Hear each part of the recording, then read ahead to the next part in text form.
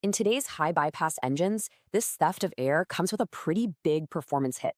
So, just how big? We're talking a thrust loss of nearly 8% in some conditions. So let's break down this huge shift in how we design modern aircraft, piece by piece. For decades, this has been the standard way to power all kinds of systems on board. But that old way meant a heavy, high-maintenance network of ducts, valves, and a lot of headaches. All that plumbing isn't just heavy. It adds a ton of complexity and potential points of failure.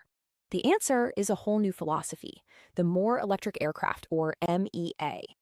Boeing's 787 Dreamliner really led the charge with what's called a bleedless architecture.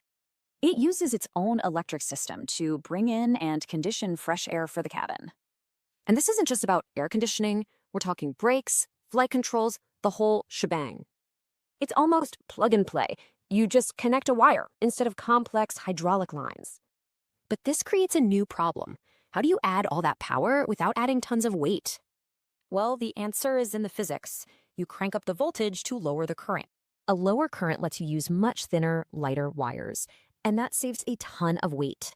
So we're moving from the old 115 volt AC standard to high voltage DC systems. The big payoff here? A direct fuel efficiency bump of up to 3%. Pretty huge. But the benefits go way beyond just fuel burn. The whole aircraft becomes more robust and efficient. So it's not just swapping parts, it's about building a smarter, more integrated system. And this is definitely not a niche trend. Just look at the market growth. It's set to double. Now, of course, getting these new high-voltage systems certified is a whole new challenge.